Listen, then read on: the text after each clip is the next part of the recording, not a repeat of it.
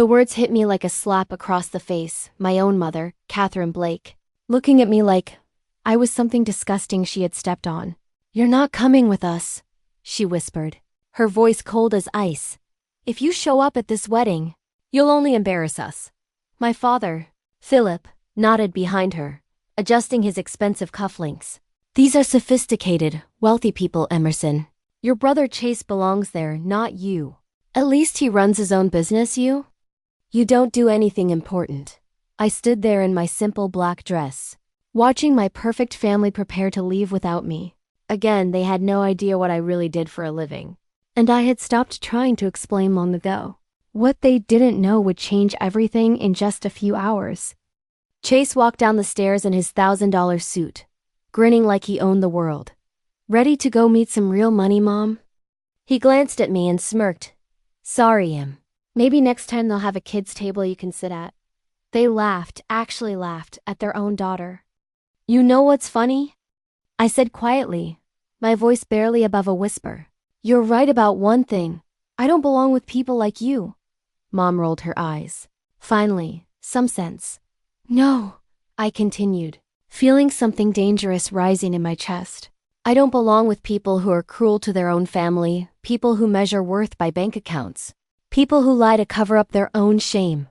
Dad's face darkened. "That's enough, Emerson. We don't have time for your dramatics." Dramatics. That word again, the word they used every time I showed any emotion, any hurt, any sign that their cruelty affected me. I watched them pile into their BMW, leaving me standing alone in that cold, empty house. My hands were shaking. But not from sadness, from anger, pure, burning rage. Because what they didn't know was that I was one of the city's most sought-after wedding designers. I had planned events for families they could only dream of meeting. And the wedding they were attending that day? The one at the prestigious Breakers Hotel in Palm Beach? The one they said I would ruin. I had designed every single detail of it. The drive to Palm Beach gave me time to think, time to remember all the ways they had dismissed me over the years. 2 hours later, I pulled up to the Breakers Hotel in my work van. The massive pink palace rose up from the coastline like something from a dream. The valet looked confused when I handed him the keys to my van. But I didn't care, I had work to do. My team was already there, setting up the final details for what would be the wedding of the season. Julian Harrington, son of real estate mogul Maxwell Harrington, marrying Vivian Pierce, daughter of a federal judge. The budget was unlimited. The expectations were sky high. The pressure was immense, and I was in charge of it all. "Emerson!" My assistant manager, Eve, rushed over with her clipboard. "The florist is here with the additional centerpieces. The string quartet is setting up, and Mrs. Pierce wants to review the seating chart one more time." I smiled, feeling the familiar rush of adrenaline that came with big events. Perfect. Let's make sure everything is flawless. The ballroom was already transforming. It looked like a fairy tale, exactly what Vivian had dreamed of. Julian Harrington's wedding to Vivian Pierce was going to be perfect. I had spent 6 months planning every detail, working with the best vendors in Florida, coordinating with the hotel staff, managing a timeline that had to be precise down to the minute. The bride's suite was buzzing with activity when I arrived to check on final preparations. Vivian was getting her hair styled by a team of professionals I had hired, while her bridesmaids sipped champagne and had their makeup touched up. "Emerson!" Vivian called out when she saw me in the mirror. "Thank goodness you're here." I was getting nervous about the ceremony setup. "Everything is perfect," I assured her, checking my tablet where I kept detailed timelines for every aspect of the day. "The photographers are ready. The flowers are in place. And your groom is probably pacing around his room right now, wondering how he got so lucky." She laughed. "The sound light and happy. You always know exactly what to say." "I'm so glad we found you. I'm honored to be part of your special day," I replied. And I meant it. This was why I loved my job. Making people's dreams come true.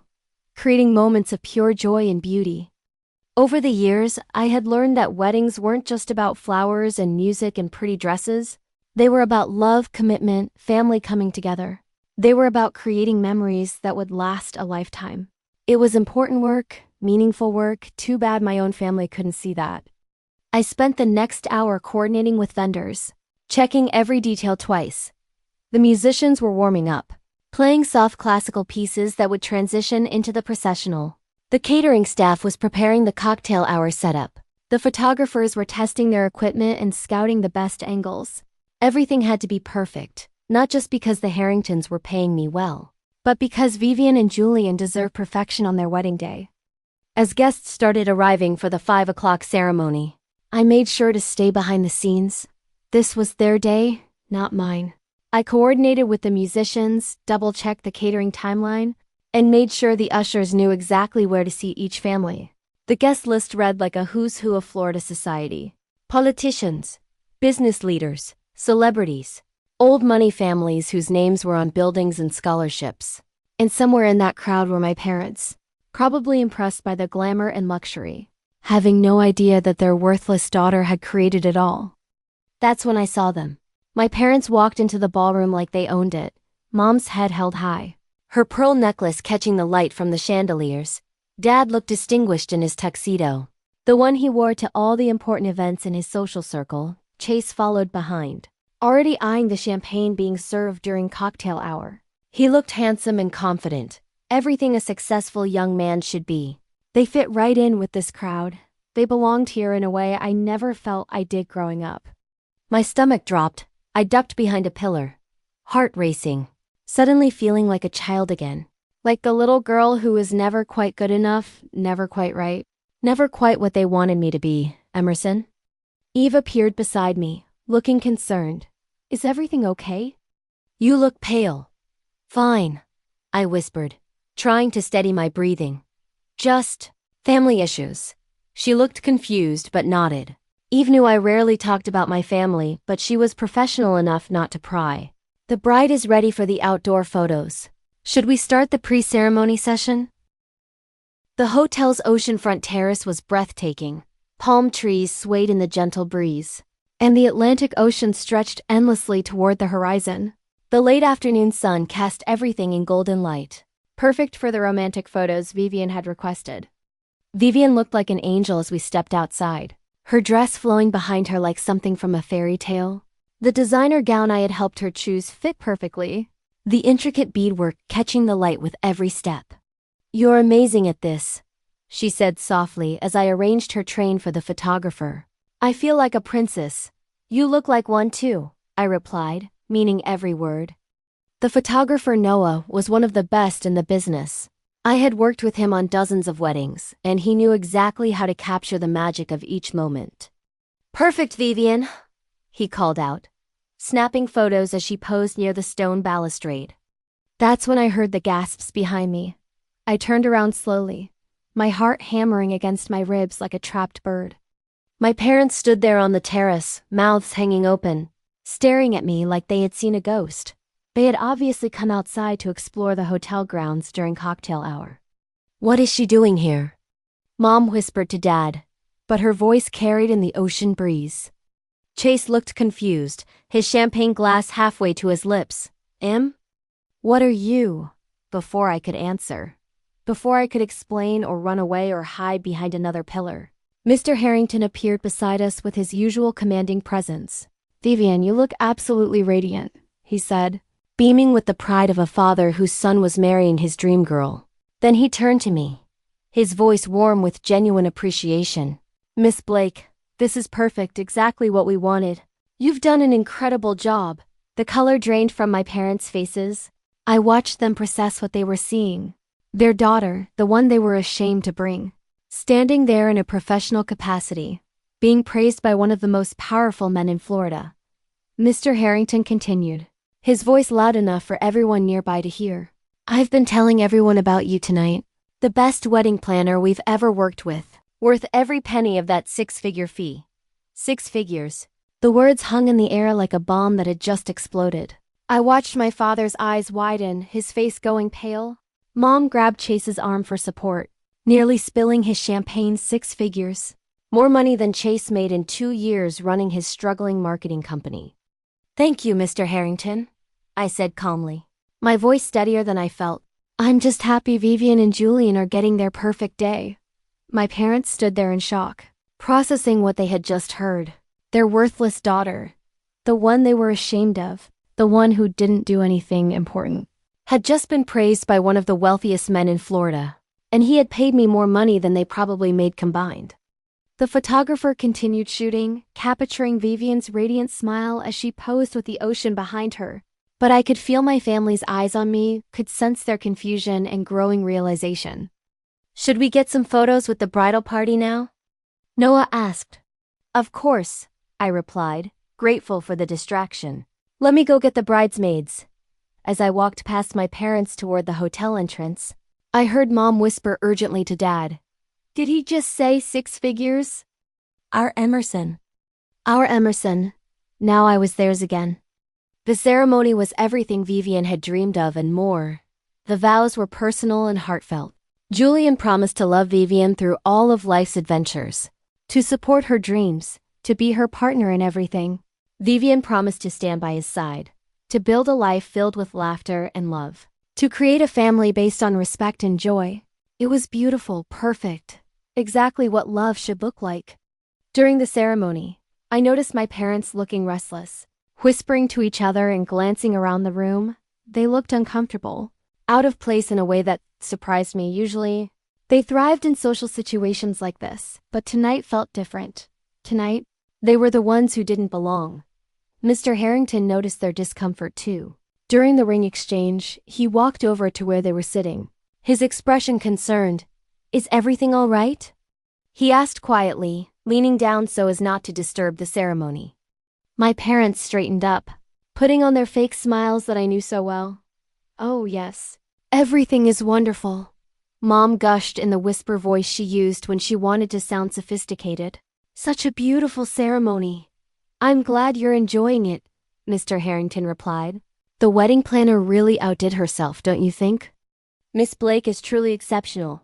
Dad nodded eagerly, probably hoping to make a good impression. "Absolutely. Very professional." Mr. Harrington looked puzzled, his brow furrowing slightly. "That's interesting, you know. She mentioned her parents might be here tonight. But when I spoke with you earlier during cocktail hour, I was told they couldn't make it." My parents exchanged glances, the color draining from their faces.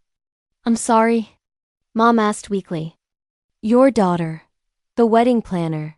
You told me earlier that your daughter was staying with her grandparents because she couldn't make it to the wedding." The guests around them started to look over. Sensing some kind of disturbance, my parents' faces went white as the altar flowers. We, Dad stammered, his usual confidence completely gone. The ceremony continued at the front of the room, but our little corner had become the center of a different kind of drama. That's when I knew I couldn't hide anymore. I couldn't let this moment pass without standing up for myself, without finally telling the truth that had been burning inside me for years. I stepped forward from my position at the back of the room, my heart pounding but my voice steady. "The truth is," I said, loud enough for the nearby guests to hear but quiet enough not to disrupt the ceremony. "They never wanted me here. They told me I would ruin this wedding. They were ashamed to bring me because they thought I wasn't good enough for people like you." The silence around us was deafening. Even the ceremony seemed to fade into the background as people processed what I had just said. Mr. Harrington looked between my parents and me, understanding dawning on his distinguished face. "Let me get this straight," he said slowly, his voice carrying a weight of disbelief. "You have a daughter who planned one of the most beautiful weddings I've ever seen, who runs a successful business that serves some of the wealthiest families in the country, and you were embarrassed by her?" My parents couldn't answer. They sat there, trapped by their own lies, exposed in front of the very people they had wanted to impress. Chase shifted uncomfortably in his seat, finally understanding the gravity of what was happening. The ceremony concluded with Julian and Vivian's first kiss as husband and wife. The guests erupted in applause, but the sound felt distant, muffled by the tension in our corner of the room. Asterisk. As the newlyweds walked back down the aisle, radiant with happiness, Mr. Harrington stood up and raised his champagne glass. "Ladies and gentlemen," his voice carried across the ballroom as the recessional music faded. "Before we move to the reception, I'd like to make a special announcement." The room quieted, hundreds of eyes turning toward him. "I want to recognize the talented young woman who made tonight possible. Miss Emerson Blake, our wedding planner." who has created something truly magical for my son and his bride. He gestured toward me, and suddenly I was the center of attention for 400 of Florida's most influential people. She's one of the best wedding planners I've ever worked with, he continued, his voice filled with genuine admiration. Families like mine trust her to create perfection, and she delivers every time. Tonight is proof of her exceptional talent and dedication. The entire room erupted in applause. I stood there, tears streaming down my face, as hundreds of people clapped for me, the daughter who was supposed to ruin everything, the daughter who wasn't good enough, the daughter who did nothing important. Vivian and Julian came over, both of them beaming with joy. "Emerson, you're incredible," Vivian said, pulling me into a warm hug, not caring if she wrinkled her dress. "This is exactly what we dreamed of. You made it perfect. Thank you for making our day so special," Julian added, shaking my hand with genuine gratitude. "We'll never forget this." I looked over at my parents through my tears. Mom's face was red as the roses in her centerpiece. Dad was staring at his hands, unable to meet anyone's eyes. Chase looked like he wanted to disappear through the floor. They had spent years making me feel small, worthless, invisible. Tonight, I felt 10 feet tall. The reception began with cocktails on the terrace as the sun set over the Atlantic. The golden hour light made everything look magical, and my photographers were capturing every moment. I moved through the crowd, checking on details, making sure the catering staff was ready for dinner service, coordinating the music for dancing later, but I could feel my family watching me, following my movements, seeing me in action for the first time in their lives. Finally, Mom approached me near the bar where I was discussing wine service with the sommelier. "Emerson, honey." Her voice was shaking, uncertain in a way I had never heard before. "Could we talk? Privately?" I looked at her for a long moment. She looked smaller somehow, diminished by the evening's revelations. "I'm working, Mom. This is my job. I know, but please." "Just for a few minutes." The sommelier, sensing the tension, excused himself diplomatically. Dad and Chase appeared beside her, forming a family huddle that felt awkward and forced.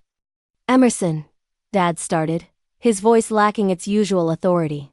"We didn't know you were this successful. We're so proud of you." "Sweetheart." The words I had waited my whole life to hear, but they felt empty now. Fake, conditional, too little, too late. "Are you?" I asked quietly, my voice steady despite the emotions churning inside me. "Are you proud of me? Or are you proud of my bank account?" Mom blinked, caught off guard by the directness of the question. "What do you mean?" "We've always been proud of you." I laughed, but there was no humor in it. The sound was hollow, bitter. "Really? When?" "When you told me I'd embarrass you? When you said I don't do anything important? When you lied to the Harringtons about why I wasn't here? When you left me standing in the hallway while you went to enjoy yourselves?" "Now, Emerson." Dad stepped forward, trying to regain control of the situation. "We just didn't understand what you did for work. You never explained it properly." I tried to explain. "For years, I tried to tell you about my work, my clients, my success, but you weren't interested in listening. You had already decided I was a failure, and nothing I said could change your minds." Chase finally found his voice. Come on, we're family. We can work through this." "Family?" I turned to face him, feeling years of resentment bubbling up. Family doesn't abandon each other. Family doesn't lie about each other. Family doesn't spend years making someone feel worthless. We never meant to make you feel worthless." Mom protested weakly. "Yes, you did. You meant every word. You meant every dismissive comment, every eye roll, every time you made me feel invisible." My voice was getting stronger with every word, fueled by years of suppressed hurt and anger. "You want to know something? I've been planning weddings for senators, celebrities, business moguls. I've worked with some of the most important families in this country, and every single one of them has treated me with more respect than my own family ever has." The party continued around us, but our little corner of the terrace felt separate from everything else. Other guests gave us space, sensing the intensity of our conversation. "You made me doubt myself for years," I continued, the words pouring out like water through a broken dam. "Made me think I wasn't good enough, smart enough, successful enough, made me apologize for existing, for taking up space, for having dreams that didn't match your expectations. Emerson, please. Mom's eyes filled with tears. We can fix this. We can be a real family now. I shook my head sadly, feeling a strange mix of grief and relief. A real family would have celebrated my success instead of hiding me away. A real family would have asked about my work instead of assuming I was a failure. A real family would have wanted me here tonight, would have been proud to introduce me to their friends. I looked around the beautiful terrace. At the wedding I had created from nothing but an idea and a dream, I have a real family now, my clients, my team. The people who believe in me. The people who see my value, who appreciate my work, who treat me with respect. Mr. Harrington appeared at my elbow, as if he had been waiting for the right moment to interrupt. Miss Blake, I hate to interrupt, but the Weatherbys are here. They'd like to discuss their daughter's wedding next spring. The Weatherbys, one of the oldest, wealthiest families in the state, the kind of clients who could establish a career. I smiled at him, wiping away my tears. Of course, I'd be honored to meet with them. He nodded approvingly. Excellent. Oh, and I've already recommended you to 3 other families tonight. The Montgomerys, the Ashfords, and the Reynoldses. I hope you have room in your schedule. As he walked away, I turned back to my parents one final time.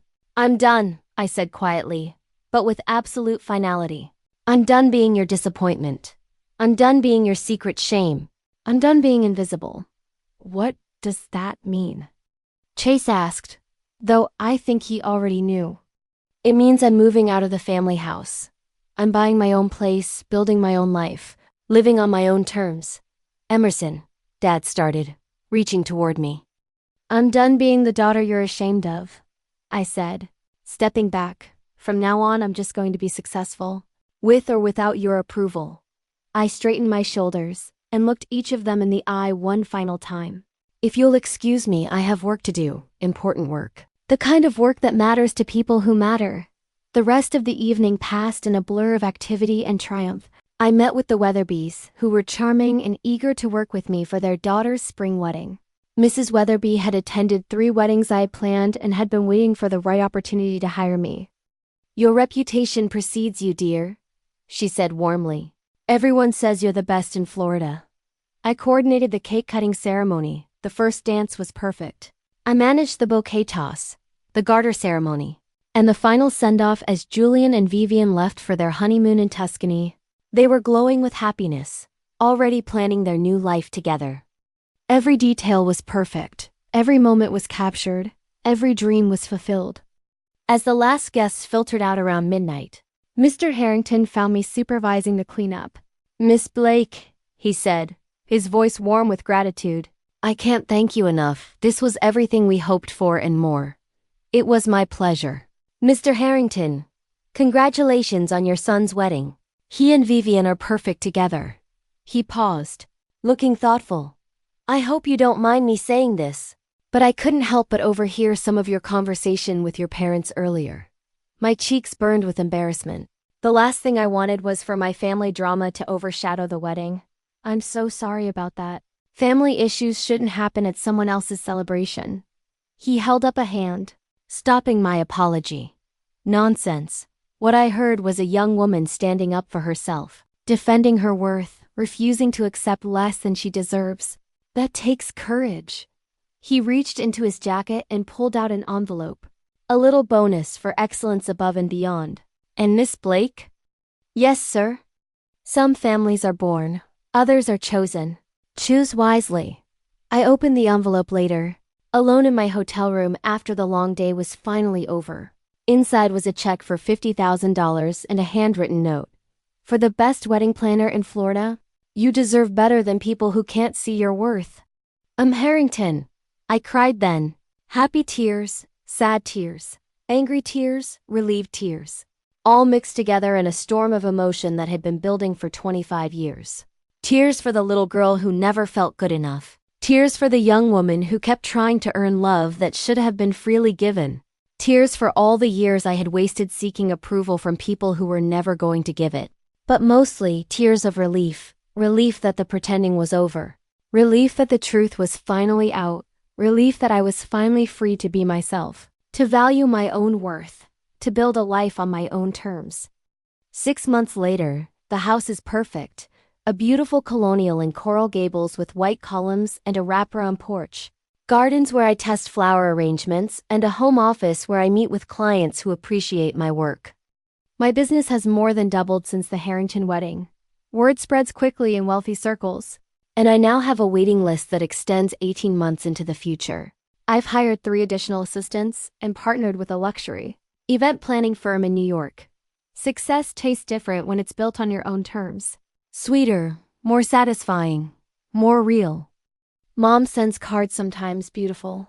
Expensive cards with long handwritten notes about how sorry she is, how proud she is now, how much she misses having me in their lives. We made a terrible mistake. Her last letter read, "We see that now. You were always special, and we were too blind to recognize it. Please give us another chance to be the family you deserve." I keep the letters in a drawer in my home office. Maybe someday they'll mean something. Maybe someday I'll be ready to risk that kind of hurt again, but not today, not yet. I think about the girl I used to be standing in that marble foyer while her family left without her. She couldn't have imagined this life, this success, this peace, but she survived, she endured. She kept working, kept dreaming, kept believing in herself even when no one else would. And in the end, that made all the difference. My chosen family gets bigger every year. Every satisfied client becomes an advocate. Every perfect wedding becomes a referral. Every success becomes a stepping stone to the next opportunity. I built this life from nothing but determination and talent. No family money, no connections, no safety net.